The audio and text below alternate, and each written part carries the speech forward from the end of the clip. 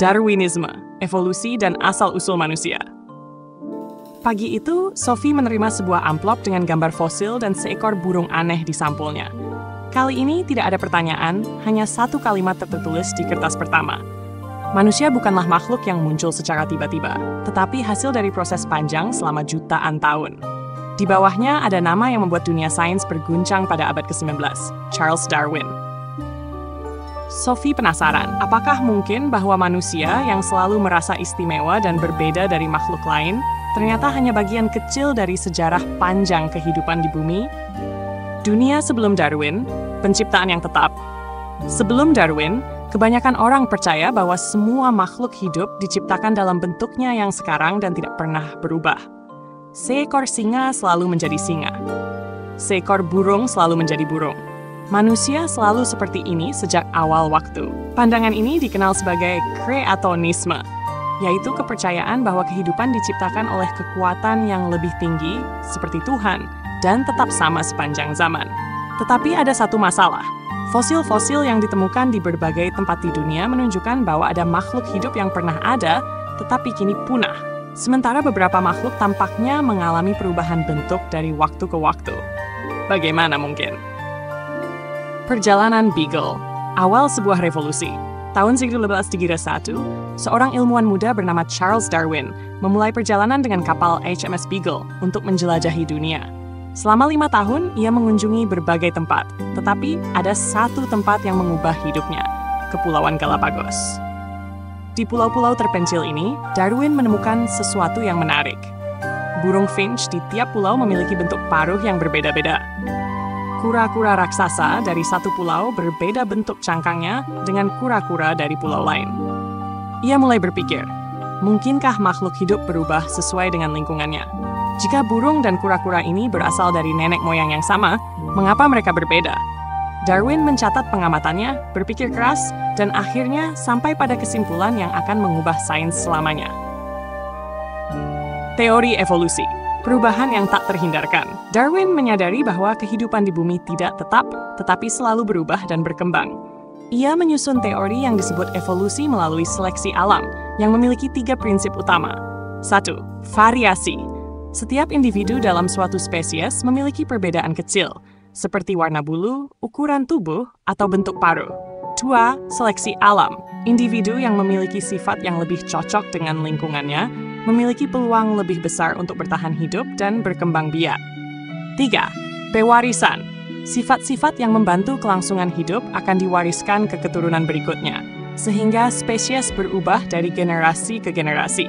Dalam jangka waktu yang sangat panjang, perubahan kecil ini bisa mengarah pada terbentuknya spesies baru. Artinya, semua makhluk hidup, termasuk manusia, berasal dari nenek moyang yang sama dan berkembang seiring waktu. Sophie terkejut. Jadi manusia bukanlah makhluk istimewa yang tiba-tiba muncul begitu saja? Evolusi manusia dari primata ke Homo sapiens. Salah satu gagasan paling kontroversial dari teori Darwin adalah bahwa manusia berevolusi dari nenek moyang yang sama dengan primata lainnya. Fosil menunjukkan bahwa ada berbagai spesies manusia purba sebelum kita, seperti Homo habilis dan Homo erectus. Dalam jutaan tahun, manusia mengalami perubahan dalam ukuran otak, cara berjalan, dan penggunaan alat. Akhirnya, sekitar 300.000 tahun yang lalu, spesies kita muncul, Homo sapiens. Ini bukan berarti manusia berasal dari monyet, tetapi manusia-manusia dan kera modern memiliki nenek moyang yang sama di masa lalu. Sophie merasa ini sangat mengejutkan. Jika ini benar, berarti kehidupan manusia bukan hasil dari penciptaan instan, tetapi dari perjalanan panjang yang penuh dengan adaptasi dan perubahan. Reaksi dunia, kehebohan. Ketika Darwin menerbitkan bukunya On the Origin of Species pada tahun 1059, dunia terbelah. Kaum ilmuwan melihat teori ini sebagai penemuan besar yang menjelaskan bagaimana kehidupan berkembang. Kaum religius merasa teori ini bertentangan dengan gagasan bahwa manusia adalah ciptaan Tuhan yang unik. Masyarakat umum bingung, mungkinkah nenek moyang mereka bukan Adam dan Hawa, tetapi makhluk yang lebih mirip kera? Bahkan hingga saat ini, teori Darwin masih menjadi bahan perdebatan di berbagai tempat. Tetapi satu hal yang pasti, evolusi bukan lagi sekadar teori, tetapi fakta yang didukung oleh bukti fosil, genetika, dan sains modern. Evolusi masih berlangsung? Sophie bertanya-tanya, apakah evolusi sudah selesai? Jawabannya, tidak. Evolusi masih terus terjadi hingga hari ini. Bakteri dan virus berevolusi sehingga menjadi kebal terhadap antibiotik. Beberapa manusia mengalami mutasi genetik yang membuat mereka lebih tahan terhadap penyakit tertentu. Adaptasi terhadap lingkungan terus berlangsung, meskipun dalam skala yang lebih lambat. Evolusi bukan sesuatu yang terjadi di masa lalu saja. Ini adalah proses yang masih berjalan, dan kita semua adalah bagiannya. Apa artinya bagi kita? Jika evolusi benar, maka ini berarti kita bukanlah makhluk istimewa yang terpisah dari alam. Kita bagian dari pohon kehidupan yang sama dengan semua makhluk lain. Manusia terus berubah dan beradaptasi. Tidak ada esensi tetap tentang menjadi manusia.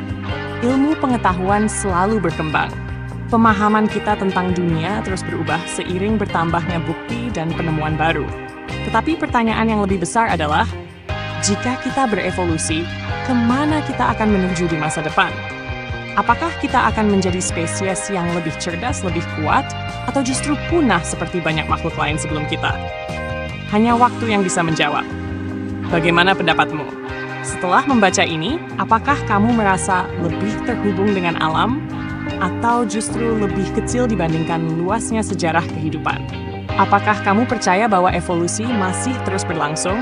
Atau apakah manusia sudah mencapai puncak perkembangannya? Jika kamu menikmati cerita ini dan ingin terus mengikuti perjalanan filsafat Sophie, klik like atau share cerita ini dengan teman-temanmu. Atau subscribe agar kamu tidak ketinggalan kisah berikutnya. Masih banyak pertanyaan besar yang menunggu untuk dijawab.